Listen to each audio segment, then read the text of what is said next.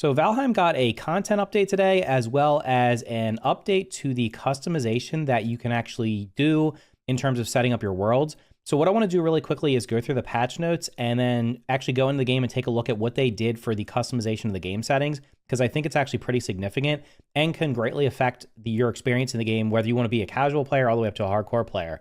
So first, we're going to look at these patch notes here. I'll leave a link for these in the description down below. I'm only going to go through the abbreviated patch notes. The detailed patch notes down here at the bottom are going to have everything in detail. It's going to show you a lot more than here. In case you don't want to see any spoilers, I'm going to leave that. I'm going to skip that part right now. Plus, it's just going to be in the interest of time. So this is Hilder's request. Hilder is, I believe, it's going to be Haldor's sister. So Haldor is not only the only merchant in the family. His sister Hilder has made her way to Valheim, but she has some trouble on the way, and it appears most of her stock has gone missing. When you find her, she might request some help. By completing the task she has for you, you will unlock more things to buy from her, both new clothing as well as some other items that might come in handy in your base. This update also brings some long-awaited server modifiers. Select a lower difficulty, perform a casual experience, ramp it up to hardcore playthrough, or come up with a mix of your own. Besides general difficulty, you will find settings for portals, resources, raids, and more. Also, you can customize your experience to your Viking heart's content. So the abbreviated patch notes are going to say, Hilder the Merchant's been added, new locations, one of which is Hilder's Camp. There's going to be some other new locations that are, they're actually going to be brand new. I did look down at the detailed patch notes. Like I said, I'm not going to spoil it, but the new locations do look pretty cool. World modifiers added. We're going to look at that in just a second. 2 new crafting extensions, new hair and beard styles, new items. Miscellaneous hair and beards are now visible when equipping your helmet. So that's like been a long asked for feature. When you put your helmet on, it basically just makes your character look like they have no hair. Now you'll be able to actually see your hair and stuff like that if that's something that interests you. Visual improvements, quick stack button added. So that's going to let you manage your inventory and basically putting stuff in your storage boxes much more efficient. Manual snapping for building added, so that's going to let you do some more customized building. So in addition to those changes, they also added the hardcore mode. And real quick, before we actually go look at the settings, they have a little competition that's going to be going on for the next couple weeks called the Trial of Tier. I did read some feedback on this, specifically on the Steam forums. A lot of people weren't happy about this. To me, it's kind of like, you know what? If you want to do it, do it. If you don't. Basically, the gist of this is, and we'll just read the bullet points here. You have to do a single player without dying playthrough, external help or use of any dev commands. So basically you have to play through on the new hardcore mode that they added. You have to stream it on Twitch or YouTube or fully record without splits and footage as proof.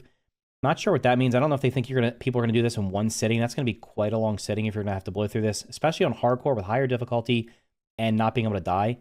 Play with the hard preset in the world. Modifier settings, we're gonna take a look at those in a second, and played on the official Trial of the Tier world seed. So they give you the world seed you have to play on. The run is considered finished when the players defeated the final Mistlands boss, the Queen, and mounted her head at the ancient stone circle. The winner of the competition is the player with the fastest completion time. Players can submit multiple runs if they manage to beat their previous times. In order to be considered, send the full Twitch stream, clip, or recorded footage to @Valheim Games on Twitter with the hashtag Trial of Tier and upload in this form. Competition will run from August 22nd to September 5th. I'm going to be honest here. I don't know. I'm sure someone's going to finish this, but I think this is going to be a very small number of people. It sounds like this is basically having you play through the entire game in one sitting. Even with me, I have 500 hours in the game. Now, what I imagine people are going to do is they're probably going to take this seed here and they're going to go put it in the website that basically reveals the entire map. So they're going to know exactly where the bosses are and where they need to go. That's going to be a massive time saver. But even then, you're going to have to gear yourself up because some of the bosses in the game, if you're not, I mean, especially on the hard difficulty, it's going to be really hard to beat some of these bosses. You're probably not going to be able to do it with no armor. You're going to have to like gear yourself up a little bit. So it's going to be interesting to see what the actual best time is for this. So with that said, I want to really quickly go take a look at the customization of the settings in the game. Because like I said, that could make for a very wide range of experiences. Like I said, from the casual all the way up to the hardcore player. Okay, so in order to see the new settings we're going to do, we're just going to have to pick a character here. And then we're going to go over here to where it says world modifiers. So when you create a world now, you're going to have these options of going with these different presets here. So let's just take a look at each one of them quickly. Easy, combat is easier, and there are fewer raids on your base. So if we click this, it's going to move the customization meters down here. Casual is going to be the easiest. And that's going to say in casual mode, combat is a lot easier. Enemies will not attack until you provoke them. There are no raids on your base. Resources are more plentiful, and you will not drop items or lose skill on death. So that's like the super casual playthrough if you just want to play through the game and not really have to deal with penalties for dying or having your base attacked and stuff like that. Hard mode is going to be combat is harder and monsters will raid your base more often. So as you can see, the dials down here are changing. Hammer mode. In hammer mode, you can build all build pieces for free once you have discovered the recipe. There are no raids on your base and enemies will not attack until provoked. Other difficulty settings are normal. This sounds almost like it's going to be a creative mode, but you still are going to have to unlock the recipe. So it's basically almost creative. Hardcore. So everything here got dialed up pretty quickly. Combat is a lot harder and enemies will raid your base more often. When you die, all your skills and all your items you are carrying will be lost forever. You have no map and you may not use portals or exit boss dungeons while a boss is alive. What that means is if you spawn a boss in, a lot of people, what they do in the middle of a boss fight is if they get in trouble, they will portal out and then go get some new items, repair their gear, heal up, get some more food, stuff like that, and then go back into the fight. This is going to be preventing that. Immersive. In immersive mode, you have no map. You may not use portals. You will need to use your own wits to keep track of where you are in the world. Other difficulty settings are normal. But the cool thing down here is you can basically customize this. So let's say you want to do the hardcore and you want to go like super hardcore. You can make the resources spawn less. You can make the raid spawn much more. You can have portals. Actually, the portal features down here. So basically the portal features, this is pretty cool. Portals, if you have it all the way at low here, allows you to bring all items with you through portals for a more casual playstyle. This will circumvent the progression and exploration of the world as it is intended. What this means is it's going to let you transport ores through the portal as well as some other items. And that's kind of how the game's designed around not being able to do that, to force you to basically either carry them on foot using the wagon or the cart or using a boat to transport them. Then we have normal, which is the normal way it works.